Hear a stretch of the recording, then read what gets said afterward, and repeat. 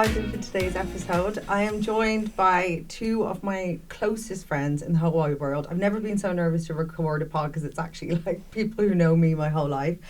But I think this episode is going to resonate deeply with a lot of families.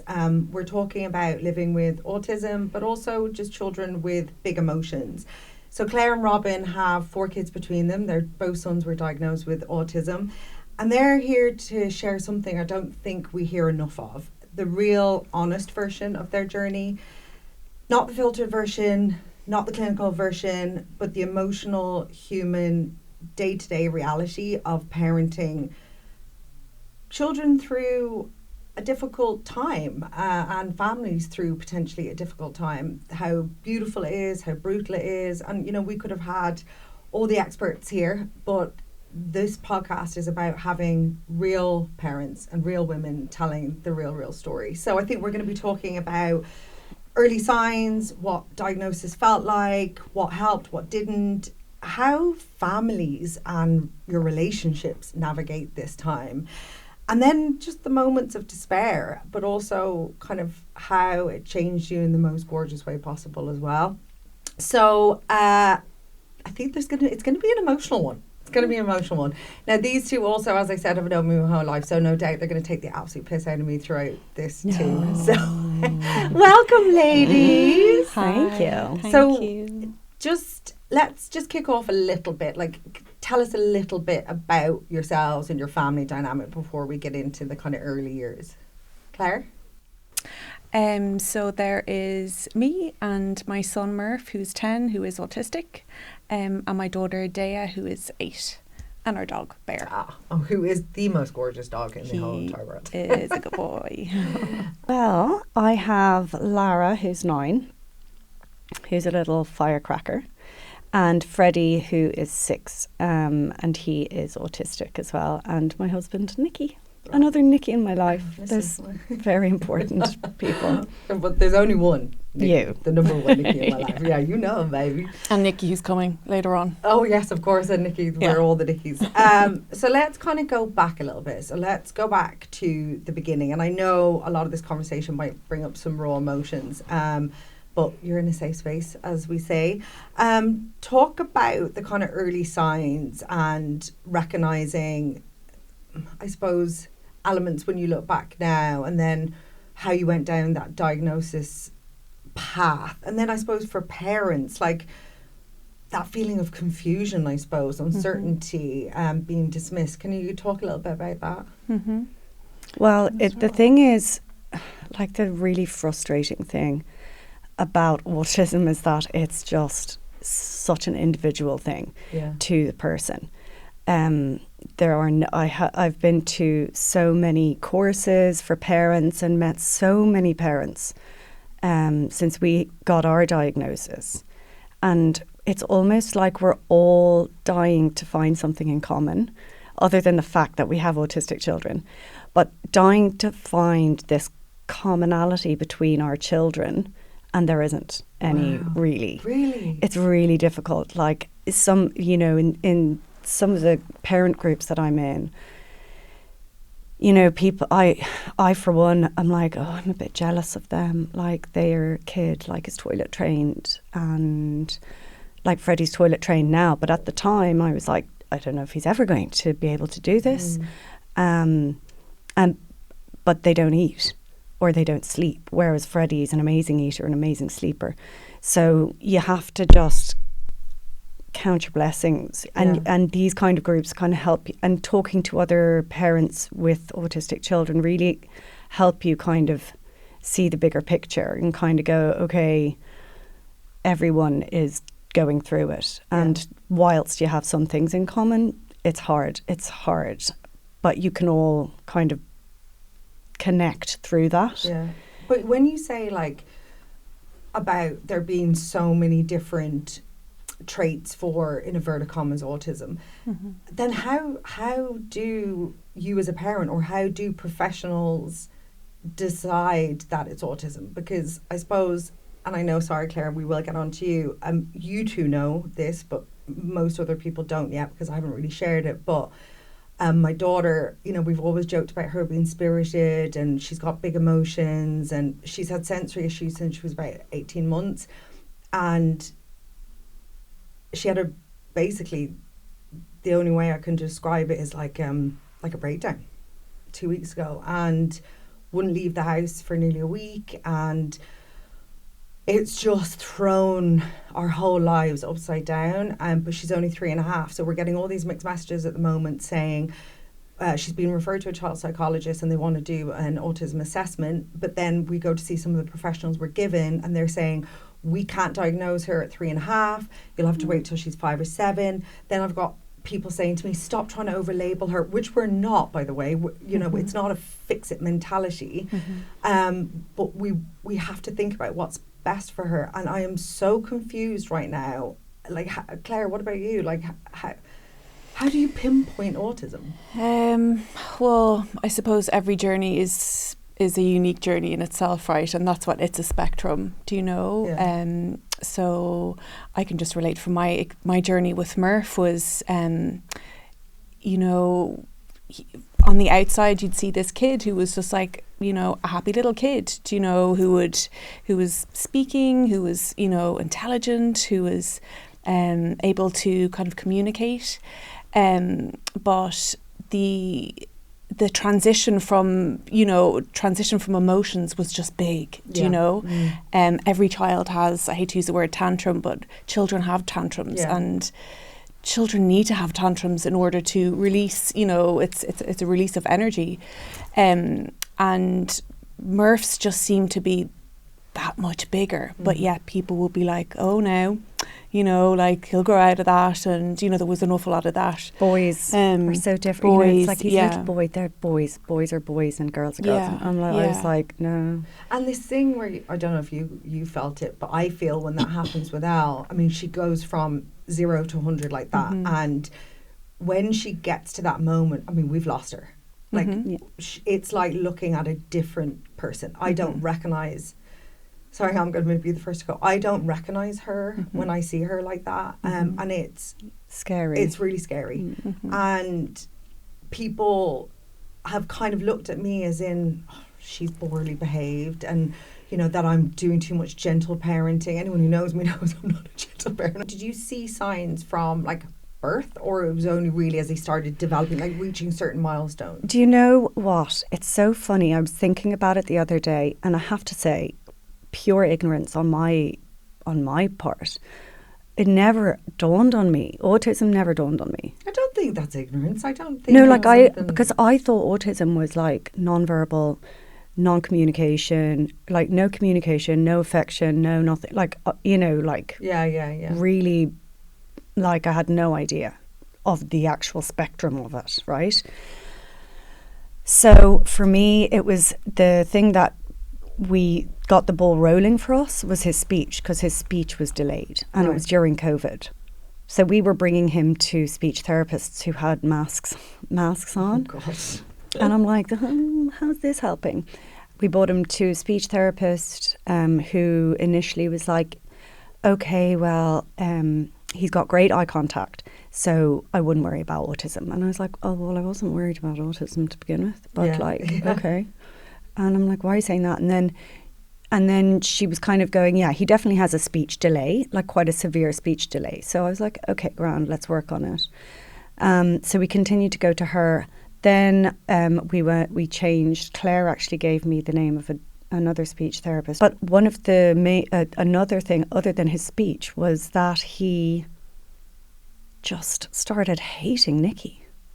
Like, it was funny at first, obviously, because he'd be like, hi, and Nicky or Freddie would be like, absolutely, nope, get the fuck out of my face right now. And I was like, what did you do? Scared of no, not scared. Just like, fuck off. Absolutely, really get out of the house. Like, and like Nicky, at one point, it's actually quite funny.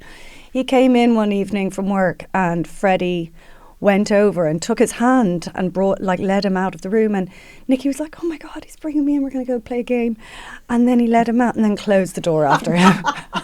And I was like, oh, harsh. But it got to the point like it was, yeah, it was like, no, out you go. No, you stay out there and no, you're not welcome here. And so, and it was funny at the beginning, but this went on for months and months and months. Like, and Nicky is so amazing with Freddie that it was heartbreaking, actually. Heartbreaking. That is heartbreaking. He couldn't, like, he had to come in the garden door, like, at one point. If he walked in the front door. Like, is it just that in Freddie's brain, like the way they're describing Al, they're just saying, like, the neural pathways, they just change. At a click of a fingers, they can just change. And they become obsessive about one particular thing. It may make no sense to anybody. There's no logic, but in their mind, that is what they believe. Because that's what autism is. They just process things completely differently. Like, and so we don't know how they process things, but we know that it's not the same as a neurotypical person, right? So I've been, like I say, doing all these parental courses through Enable Ireland. What did it feel like when you got the diagnosis, in the sense of, because as you said, you weren't expecting it, so you just kind of, it was just, you were going through the motions, being like, what, huh? Was it all of a sudden this moment of realization? Was there validation? Was there like grief, fear? Like what are the real feelings? I had just come back from a weekend in Amsterdam with all the girls. It was such good timing. So you were in the fear as well. Well, I knew it was coming, so I took it easy in Amsterdam. Right. Well, we factioned off to a separate group of red wine drinkers, and then the sex people over there, like they went and had their. They went sexy times. They went to the red light district, and we went to the red wine district. But Sally, our good friend Sal, her son Ben is also autistic. But she was sitting beside me on the plane coming back, and I was saying to her, it's like, I don't know what's worse, getting a diagnosis or not getting a diagnosis. Yeah. I think to be very honest, I think I was more scared of not getting a diagnosis because I knew that there was something. Yeah. And I knew that if we didn't get a diagnosis, then we'd have no supports. We'd just be in the dark. Like, we wouldn't know what to be doing at all. So I was kind of hoping nearly in a weird way for a diagnosis. Mm-hmm. And when we went in the next day, we sat there. And it was kind of confusing. I remember them saying, we're not going to give him an ADHD or any like learning disability diagnosis, which I now know is not because he doesn't have ADHD or any of that. I don't know if he does. I don't know.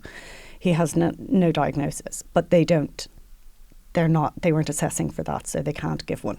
You know what I mean? And then I was like, okay, so we don't have a diagnosis. And then they like took a breath, and then but we are giving him a diagnosis of autism, and I was like, gut punch. Wow. Like, are they not? Sorry, excuse my ignorance here. Is ADHD not under the autism umbrella? No, it's well, I don't know. It's a spectrum, right? But they often go hand in hand, right? But they're separate, right? Because you can have one without the other. Mm-hmm. I don't know. What about you, Claire? What was the kind of overriding emotion for you and Dave? It was a mixed bag of emotions for sure. I felt quite liberated in a way, because the journey with Murph was, I always knew that there was something, and Dave was not so convinced of that. So I feel like that for me, that kind of, no, I really, there was more of a challenge, even though it was challenging situation in itself, So getting the diagnosis, I felt liberated. I felt liberated for Murph too, and it's important to know like who you are, and I understand the whole, everyone talks about labelling and, but like Murph will openly say like, I'm autistic, and it's, and I'm like, you are, and it's awesome,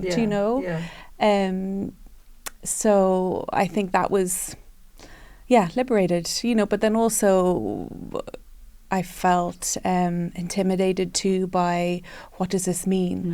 Where does the journey go from here? Because up to that point it was incredibly stressful. Do you know, the paperwork, the people, the managing the emotions, you know, managing Murph and then his sister, and then there was, you know, Dave as well. So it was like, oh, you know, what's next? But it definitely really helped having that information. Do you know? Do you know, I was thinking about this a lot over the last few days, and you know, I've spoken to each of you individually, and thank you so much for all the love and support. And because we're only at the beginning, right, where it may be that Elle is autistic, maybe she's not, maybe she's ADHD, maybe it is just really, really big emotions, maybe it is an extreme version of sensory processing disorder. And we used to laugh about it before, and it was hard to manage sometimes, but it's never been as bad as it is now. And the overriding feeling that I have had is guilt. Actually, is guilt, because her well-being is the number one thing. But I have to be truthful, because that's what we've always said about this podcast. I'm also going, oh my God, what does that mean for us? Like, what does that mean for our life? How is it going to impact me? How is it going to impact Mark? How is it going to impact Sebi? It's so emotionally exhausting in our house at the moment that I'm full of dread most of the time, because I don't ever know when it's going to happen, when it's going to kick off. And all I keep thinking is, God, I've got a whole lifetime of this now. And not in a resentful way towards her. It's just confusion, right? And we're just exhausted. We're exhausted. We don't know what's happening. I feel like it, for a long time, it's been chipping away. And in the last few weeks, I'm so emotionally exhausted. Like, I don't really know who I am at the moment. Like, I've got nothing left come the end of the day, because it's me that she wants a lot. And empty cup syndrome, big literally time, empty right? cup. I miss me. Mark and I barely even look at each other. In the last 2 weeks, I've realised, because we each of us just don't have anything left, how we deal with the situation is very different. You turn on each other as well. Then and you do, and you don't mean to. Well, you're blaming each other because you're frustrated. You're frustrated. That's it. And like, I was crying yesterday just thinking, am I a bad mum? Am I a bad person for feeling those No, feelings? and I'll like, tell it's you, not her fault, you know what I mean? Yeah, but you're not the only person to have felt those feelings. Like 100%. Like 100%. You know, it's like, fuck's sake, why me? Yeah. And like, why Freddie? What's he done to deserve this? And that's not fair to say, because actually they're perfectly gorgeous people. And it makes you sad when you start thinking about, it's like, this world wasn't really built for them. I really do believe that everybody who is going through, whether they have a diagnosis or not, like, it's so hard. And of course you're allowed say, why me? Because like, I didn't sign up for this. This, why? Like, what the fuck? How do you both manage day to day? So talk through, and this is really important for anyone listening. This is not just about autism, right? A lot of what we're talking about can be related to, in inverted commas, children with big emotions, right? Or the tantrums you talked about, or meltdowns. We are in this world of perfect parenting, where we are not talking enough about that we can love our children to absolute death, which is why we started Motherloading. But it can be very overstimulating, and it can be really fucking hard. And it's okay to say that, right? And it's okay to love parenting but not like it all the time. So how do you, like, I have found the emotional roller coaster really hard, really hard, because it is draining. Like, I've gone to bed some nights, I don't even eat dinner because I've nothing left. Then I feel guilty because I'm not present for my son, and I don't really enjoy him as much. He also doesn't sleep, so sleep deprivation doesn't help. How do you manage that day to, I mean, what is it like for you day to day, and how do you manage the big emotions? How do you manage the big emotions? I mean, I think it's really important to talk about self-regulating. Yeah. So in order to help anyone, to help anybody out in any situation, you have to be regulated yourself. Do you know? Yeah. So I think it's incorporating things into your life that nourish you, and those tools that help you to ground yourself so you can get through the day the best that you can, whatever is thrown at you in that day. What do you do for that? Do you have like tips or tricks or? Don't ask me. I am gonna Claire ask is you, like, and you're gonna Claire is like, meditate, and I'm like, medicate. That's the way it happens. Like, meditate versus yin medicate. and yang. It's Yeah, true, well, babe. that's it. Yeah. It is true, and that's it. It's like whatever you have to, whatever you have to do. Yeah. Do you know? I have to be physically active. Do you know? I need the gym. And there was Robyn's like, what gym? I'm like, who's There's Jim? a time like where I didn't even. Is he good? Like, should I go see him? Jim's great. So that for me, having that as part of my routine is really important. There was a time when Murph wasn't in school, for however long, for months, and I couldn't do that. And I felt the struggle more when I didn't have that. Your mental health too. 100%. Oh my God, and like having that 45 minutes and getting the endorphins going and breathing, that is a big part of my day. And when it happens, like when you're in the moment and everything escalates so fast and you want to stay calm and just be in the moment, but obviously life gets in the way sometimes, right? And then we're all human, so sometimes, well, I'm going to only speak on behalf of myself here, you can be impatient, and I am not an impatient person, but I have to get out the door, and I've got work, and I've got a son, and all the rest. And the more escalated, as you said, as I escalate, she escalates. So it was something you said to me, Claire, the other week, which changed everything. It changed everything in my mind, but it changed everything for her too, which was this idea of acceptance. And we talk about this a lot in various topics that we talk about in the pod. But you were saying to me, you just have to accept that she is scared and she needs to be in her home and with you, and you just need to lean in and keep her safe and do what you need to do. And I did just have to, like, inverted, call in sick and put all that other stuff aside. Hang and your just coat up. Hang my coat up and be there for her. Yeah. And it was exactly what she needed. And it wasn't that hard, really. No, it wasn't. It was your resistance. Like, I don't want to have to do that. I don't want to have to do that. And now, that by doing that, it kind of started the kind of regulation. That's what you started. Right? You started co-regulating. Yes. You started. She was asking you. She was showing you, I need your help, and she was showing you in an emotion that came to her, which is, and you were able then to just bring it down, right? And I used to think I was quite good at that when I thought it was toddler stuff. But it had never been as extreme as it is now. And I suppose you come from a place of panic and fear. And you, as you said, what was that word you just said there a minute ago? I can't remember what I said a minute ago. Medicate, all the pills. Me. I cannot even remember my own name at the moment. Half past. But is this feeling of it was an inconvenience? Oh yeah, you didn't want to have to do it. I didn't, and I thought to myself, you selfish cow.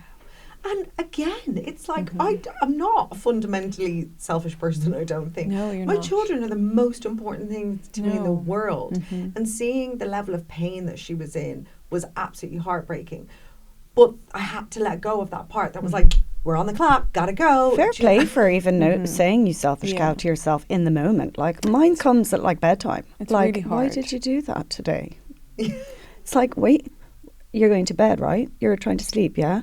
Do you remember that thing you did earlier on today that you should like stay awake thinking about for the rest of the night? Like, that's what happens to me. But like, if you can catch yourself, that's great. How you react to everything is so It's the only important. thing you can control. And if you can practice your reaction, if you can practice recognizing, okay, I need to take a moment, I need to pause. When my child is having a moment of big emotions, like to just pause and literally take a breath. It's so valuable. Like, some people take the piss out of all that Instagram meme stuff and the gentle parenting where they're like, I just sat down next to them and touched their back. Firstly, elbow, and even let us touch her when she's in that moment. But I realised there's so much truth to that. You know, the Nordics and the all of those regions talk about that, like, have I said that wrong? That may well be a dictionary. Her pills are just kicking in. That they don't shout and they don't try and reason and there is no logic because, and I know this, you've lost them. Yeah. So when I actually just lean into it, accept, and I sit and I'm like, when you're ready, I'm here. Ride the wave, babes. Ride the wave. Yeah. Have you tried, like, to medicate her? I'm joking for any mum, please. Have you tried doing the same thing at the same time? Like, sometimes when Freddie's like, and I go, back at him, he pisses himself laughing. And I'm like, me too. And he's like, okay, weirdo, what's wrong with you? I did. The other day, she was like pulling this face, and then she was, it sounds so gross, and it's hard to explain. Oh, God, what are you going to say? She was kind of like spitting and drooling. She was like, and it was like a cartoon that I did just start laughing. And then she was kind of looking at me laughing, and then I just looked at her. I was like, do you want me to take a picture of you doing that and show it to you? And she was like, okay then. Yeah. So distraction. I did, and I showed it to her. And like, if anyone walked in and told me to take a picture of my child having a complete meltdown, they'd be like, I already think the neighbours are going to call the police with the like racket that goes on in the house. No, they won't. I have to say, if you've had it, you're going through it, like you're in the trenches a little bit now. But if you can figure out, oh God, listen, all of these courses that I'm talking to you about, like, it's all, nobody has the answer and everyone is asking, but how, like, what can I do? And the answer from the, like, professionals, from the experts, from the therapists is like, you have to figure it out yourself, like, as in detective work. But can I just interrupt before the detective work? It's really important to know that all you need is a willingness. And I think that, like, for people who are like overwhelmed and, you know, don't know where to start, the starting point truly is a willingness to be open to anything, just to be open. And the more you're willing to be open, the more information and the right information will come to you energetically, you know, systematically, all of these ways. It's a willingness. By you being resistant and not being willing to and open to the possibilities, you're preventing, you know, that information to come, right? Yeah. So, and like, people do that again as a they put their head in the sand. It's not happening. But it's also a mirror. It can be, you know, in my situation, there was a mirror being kind of shone. You know, I'm being honest here. You know, with Dave, do you know, there was that mirror. It was like, you know, so of course there was resistance. It was like, I don't want to go there. Because do you know? Then I have to look in. Because then I have to. I should, you know, I should want to look into myself and figure out my internal landscape and what's going on, you know, with me. You know, so there can be serious resistance from people because autism is genetic. Yeah, people you know, that is a proven fact. They're like, no, thank you. Yeah, you know. And isn't it sad to think? Nobody wants it, really. You know, a lot of people say now that, again, going back to the word of over-labelling, right, and that everyone's ADHD. Maybe everyone is, because actually the brain is such a complex organ. What is normal? We're learning more and more about ourselves and human behaviour. And if it helps, like the way I see it, and a family member said to me, I'm not going to say who because I'll be hung and quartered, was like, you need to stop this because she's, God's sake, she's 3.5, you know, you're overcomplicating the situation. She's going to pick up on your anxiety, of which we're not. We're very good at hiding it from her. I just quietly cried. I cried. I'm so good at like bottling up. The kitchen counter the other day, and I was like crying on the other side. And literally, she was like, "Mummy." I was like, "It's okay." But they were saying like, she can sense that though. That's why she came to you, and she did. That's why you can't hide from them. You cannot hide. No, you can't. They are all energy. Yeah. They are so smart, neurotypical or neurodiverse. You know, these are our little teachers. She is so smart. And she gave me a little kiss on the forehead, and she was just like, "I love you, Mummy."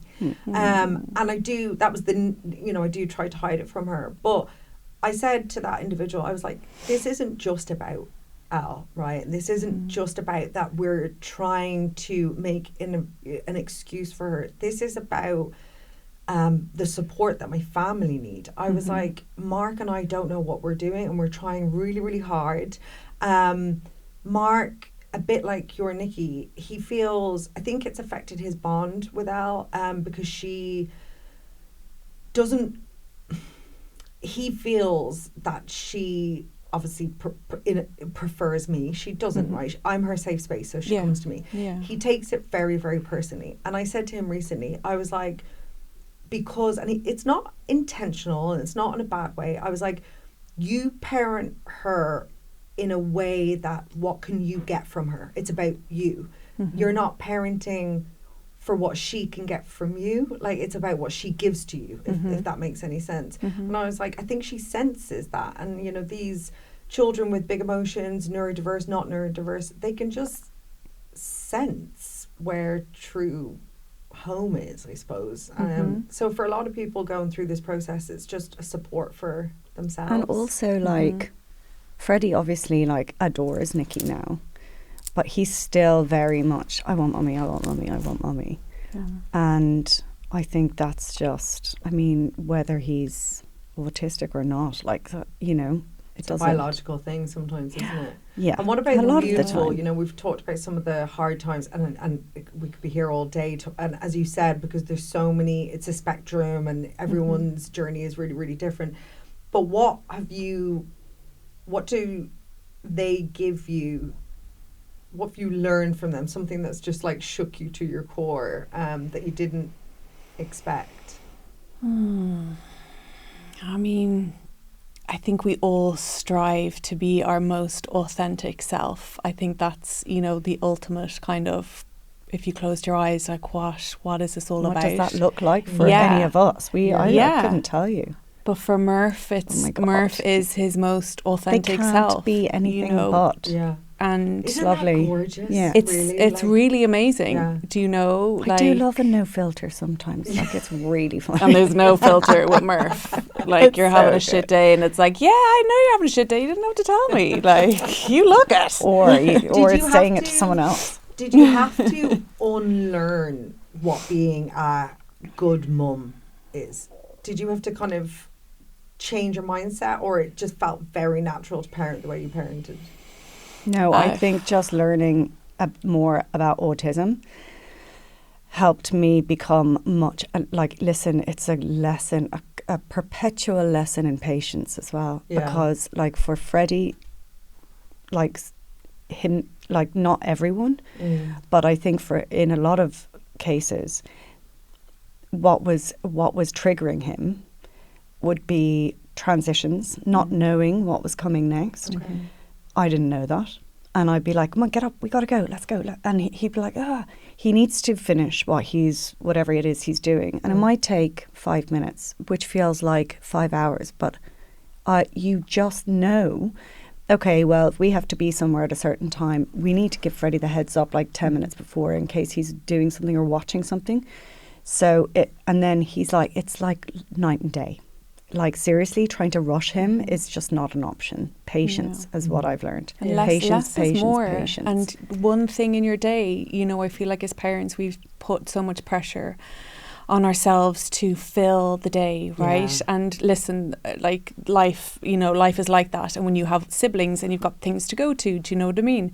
But if you are in a position to simplify your life and just understand that it's not for forever, that this is just a time and you're just on this little journey, and this journey is just better taken on the slow road. Like, you don't have a choice. You have to slow it down. You have to break it down. And you, the things that are very common traits in autistic people, that our routine is key, right? So, like, and knowing what's coming. So visuals, some people need them, some people don't. Definitely needs visuals. Right? We have like a visual map of everything that will happen that day, and I noticed that for her.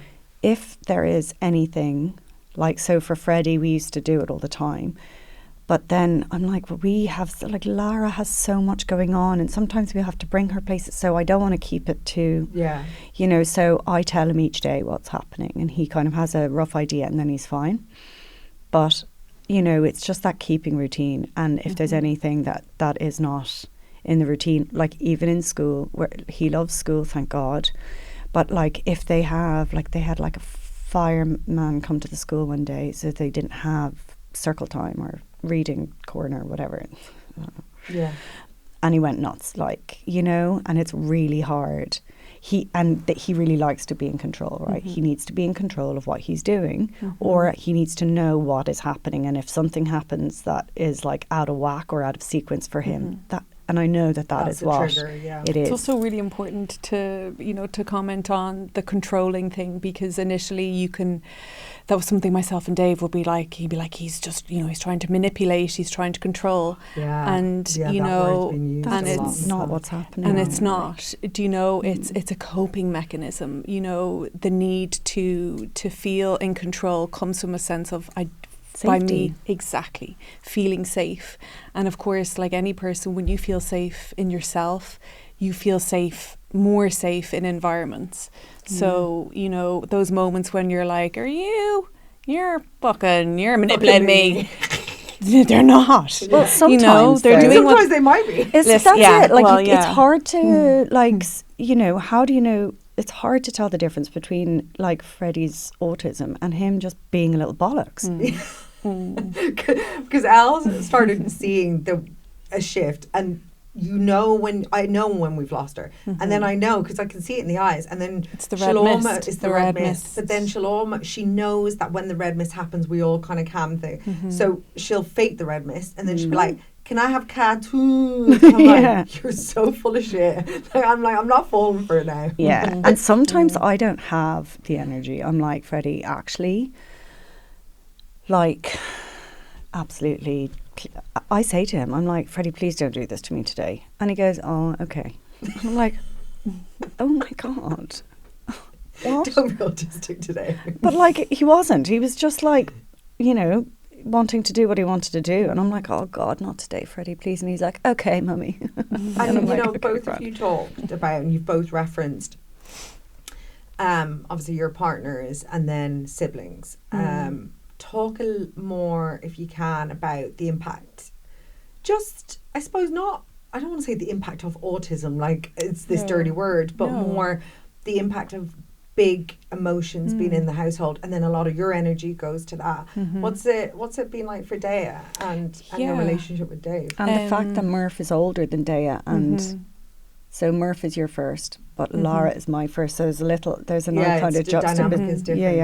Yeah. I was actually only saying to Dave recently, because we're on a waiting list for play therapy, and I was like, I really feel like Dea deserves play therapy too. I was like, there's been so much focus on, Murph's needs and Murph's emotional body and, Murph this and Murph that, and we're always saying like, oh, Dea, she's such a rock star, she's so independent, she's so strong, but it's like, but she's also like, she's also impacted by the intense screaming and the shouting and the like that, she's been holding it together, so I mean it just, like, I just felt this rush of emotion thinking, if you think about how overwhelming it can be for us as grown women, what must it be like for you? I don't know, maybe it is easier because there's an innocence there, and we aren't as impacted. So maybe Lara has said to me, I wish I was autistic. And I'm like, no. She's so good at Freddie. She really is. She's amazing with him. Like if we have a babysitter, like she'll help put him to bed and stuff. She adores him, and he is obsessed with her, like loves her, and it's lovely, and she's been amazing, and I hope, like, but the guilt is always there. It's like, oh God, how am I like messing Lara up here, like, and am I dropping the ball with Lara? Do you know what I mean? It's so hard to know the balance, but like then you have days where you're like, oh, like I think I'm doing okay. Like, And it's it's about okay. focusing Like, on we're still those alive. days, isn't it? Like, yeah. Mm-hmm. And you've got to be so careful not to go too far forward, because you really don't know. You just don't know. You just got to stay present. And when you catch yourself going, oh my God, like, I'm so scared of when Freddie's a teenager, and is he going to get bullied, and are people going to be mean to him? Is he going to be able to live an independent life? I don't know. Jesus, like, That's stop, very stop, stop, overwhelming. stop. Yeah. Stop, because actually he's right here. He's so cute. Like, he's so affectionate, and we're so lucky. And everything is okay so far. What about, you know, your relationships? And you don't have to talk about it, because I know it's hard. I mean, I am in this point right now, and again, as you said, like, stop looking to the future too much. And I really love that advice, because I think a problem I've been having is I've been feeling so guilty because I've not been feeling very present. I'm knackered. I have a 1-year-old as well. But I am petrified about what this is going to do to my relationship. And not that I don't have a strong relationship, but it's just, he's drained, I'm drained. We don't know if it's going to get better or if it's going to get worse. We just don't know, right? So if looking back now, is there what would you say to people? Is it communication? Is it being on the same page? Is it, you know? Self-care. Self-care, man. Like, it's not feeling guilty for wanting to take an afternoon to go and do whatever it is that, you know, regulates your nervous system and gives you calm. Do you know? And I know it's hard with working and friendships and other siblings and all, you know, all the things that we need to do throughout our days, but everybody deserves, you know, an hour of a day to themselves. Do you know? It's really, really important. And I don't think we can't support pour from an empty I know, cup, I'm not, right? you know. You can't, like, and that's we're the just thing. not very good at it. When our cup is empty, They're just empty. Just go to bed. Like, hopefully it's it'll really, be a bit more really full. difficult.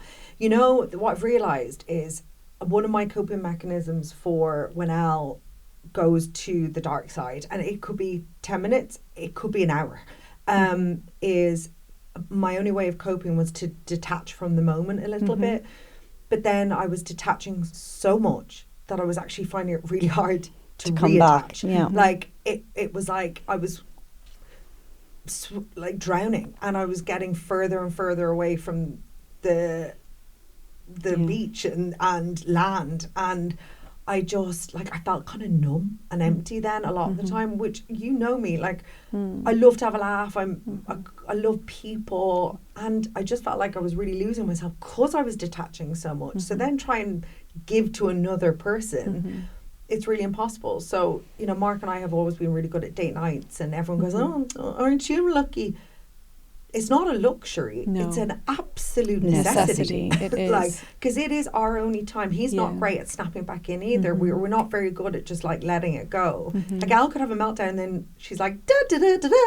And we're just sitting there shook. And maybe that will get better in time. Do you say to each other, like, okay, look, I heard someone on the radio saying, or a podcast or something, I don't know, saying, like, you need to, like, have some sort of communication whereby you kind of say, I'm at, like, 40% here, like, and like, what percent are you on? Because you know, if you're at 70, I need the charger, right? So, like, can you just tap in? Our counsellor, we did couples counselling, and she used that percentage cup of saying you have to be really aware of what your percentage is and warn that person when you're about to blow. That's and so they funny. Have to tap I in. say this, but I don't do it.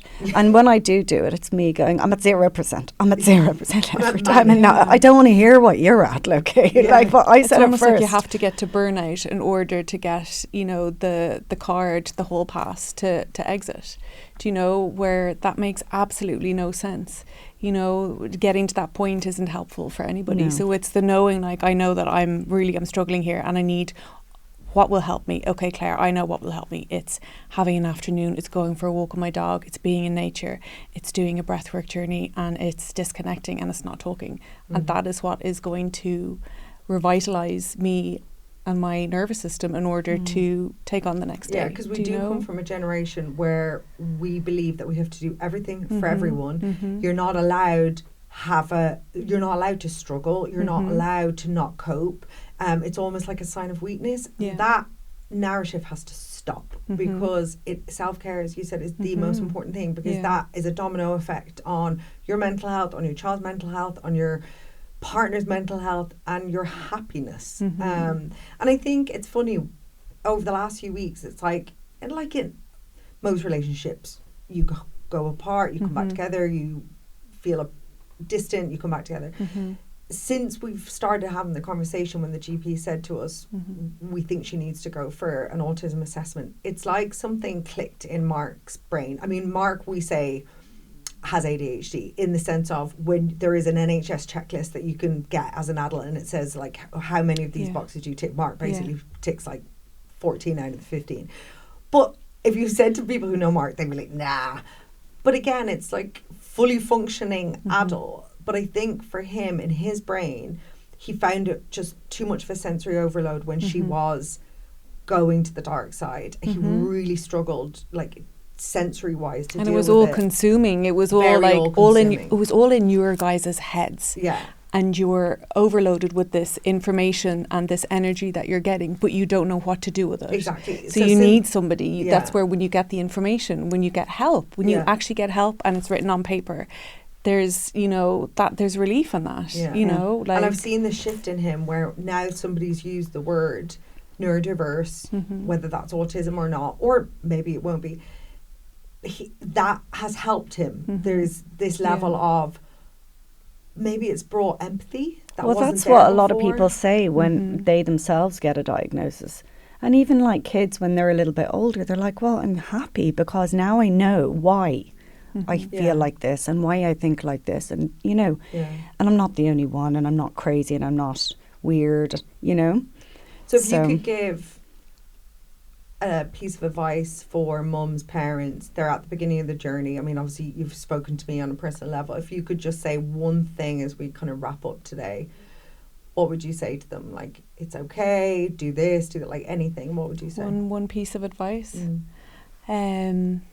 Or motivation, whatever you think, whatever comes to I've already talked about the willingness just to be open, which that's really important. But I think it's self-compassion, and it's kindness to yourself. And, you're doing a great job. Tell yourself, be your best friend. Literally be your best friend, because you're not always going to have somebody on the other end of the line. You're not always going to have a partner to soundboard or to support you. So be your best friend and really care for yourself, because if you don't give yourself the love that you need and the things that bring you happiness, then you're not going to be able to help your favourite little person, so it's really important to love yourself. I love that.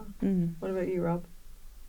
Just to not, like I said it already, but don't go too far forward, and don't go back, and don't be like, how did this happen? Why did this happen? Was it something I did? No. It's nothing you did. It's not the Tylenol. Like, get a grip. Oh, get a grip. I had a moment recently where I was like, is this because I did IVF? Stop. I know. And I do it Mark all the time. Was like, Nicky, come on. And he was like, and he said to me, I read something, when I'm a bit like you, Rob, when something comes up, I'm like, research the life out of it, because to me, knowledge is power. But it can also be detrimental, right? And there was this piece of advice about this gene mutation that both Mark and I have. And I was like, oh my God, nobody said that to us back then. And Mark looked at me and he goes, would it have changed the outcome? Like, look. Would you not have had kids? And I was like, no, probably not. He was like, then forget about it. Yeah, we can only control the controllable. And that is our reaction and our responsibility and accountability of ourselves and what we can do for our kids. Like, and you're learning. Just constantly keep